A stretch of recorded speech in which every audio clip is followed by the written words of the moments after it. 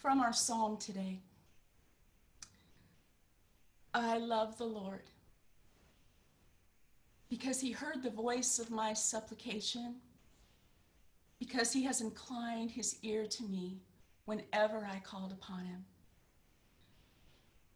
Today is Pride Sunday, in the middle of Pride Month, where the Stonewall Uprising is commemorated, and we honor the LGBTQ members of our human family. We remember them and we pray for them, as even today in many circles their lives and their well-being are threatened. We thank and celebrate them, and we recognize the impact of their lives and their gifts.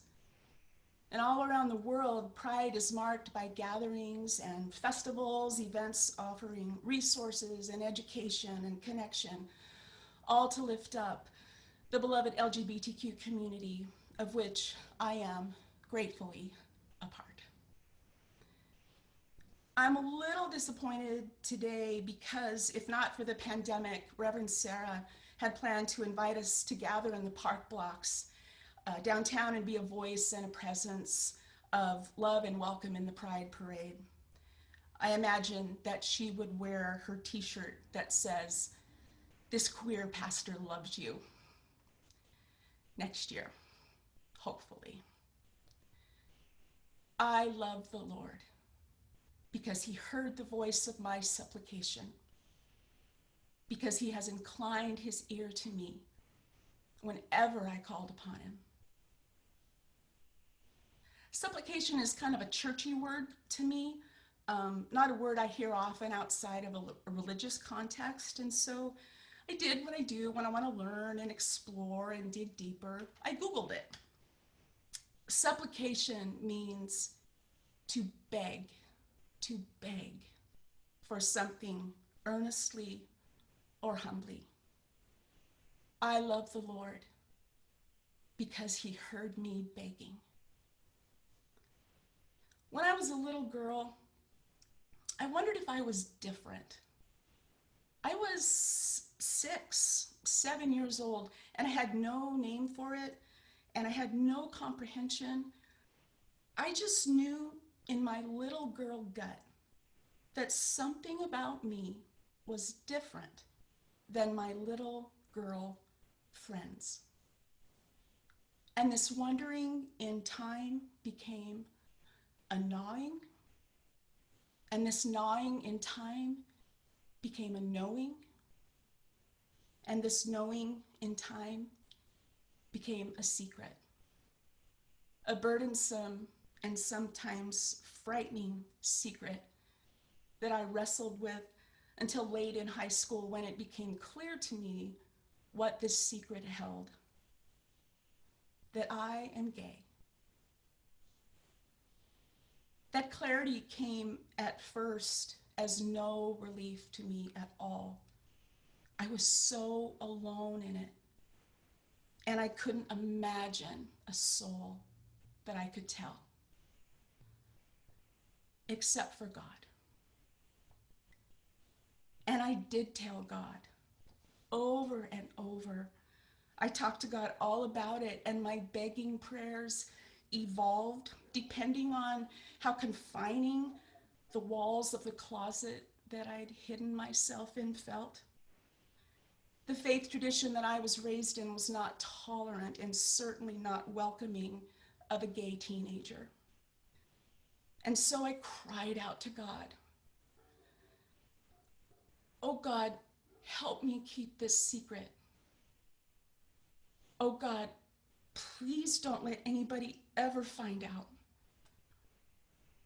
Oh God, please don't send me to hell like that preacher said. Oh God, please take this away. Oh God, how can I tell my mom? Oh God, do you still love me? Oh God, can I still sing and play at church?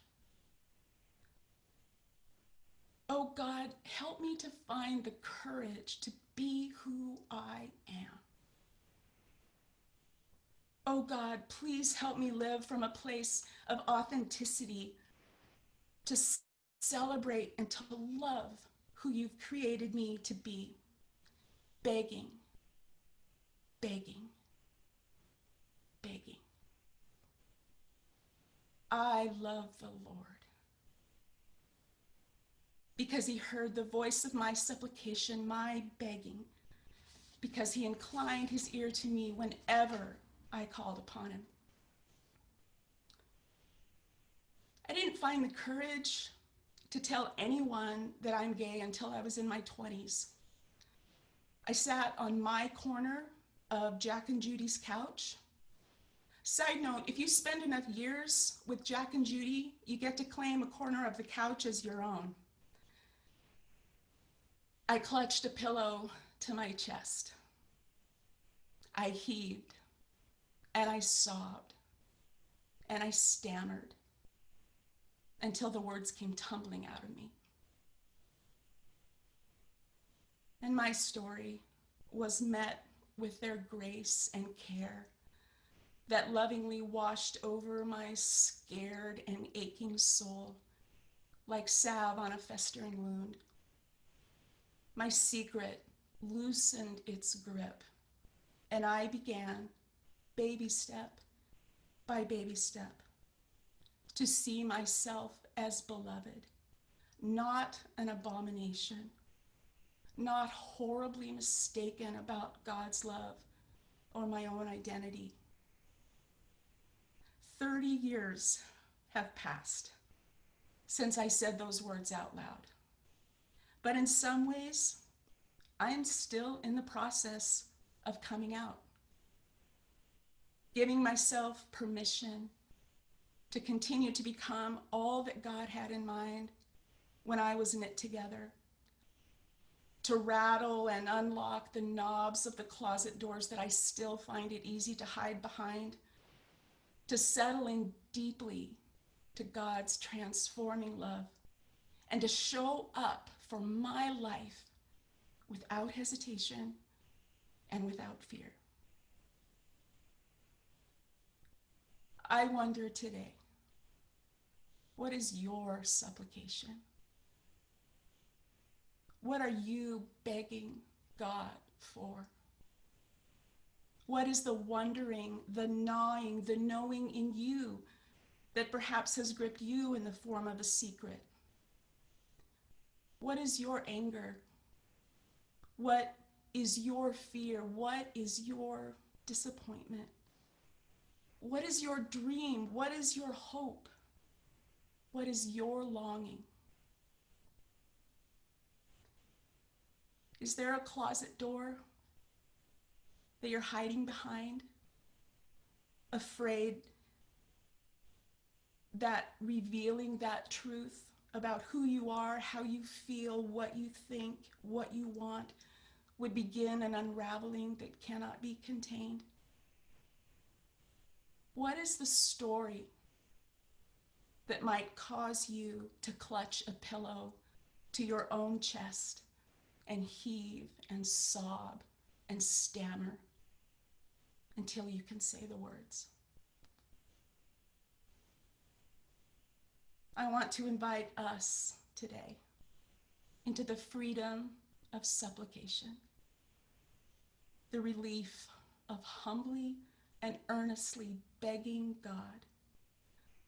It is exhausting to keep secrets, to hide, to pretend, to measure every word and every reaction. The closet walls close in, and the receding space, it just drains us of life and joy and hope. I want to invite us to claim our corner of the couch and to tell our truth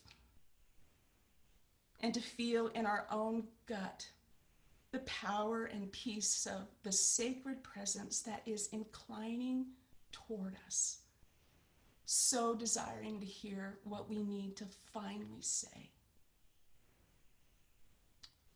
There are so many longings tied up with this pandemic so many ways that we hope it will come to an end, that its destruction of lives will cease. And one of my hopes is that Pride Sunday 2021 will find us gathered in the park blocks, marching in the Pride Parade together, taking in all the wild and wonderful things that Pride offers, embodying the beautiful St. Luke's welcome to our beloved LGBTQ sisters and brothers. Maybe I'll wear a shirt that says, "This queer liturgical composer loves you." Oh, I do love you. Thank you for welcoming me, for loving me. Thank you, my beloved St. Luke's family, for being the answer to my prayer. Oh God, do I still get to sing and play at church? Yes, Kathy, yes. You still get to sing and play at church.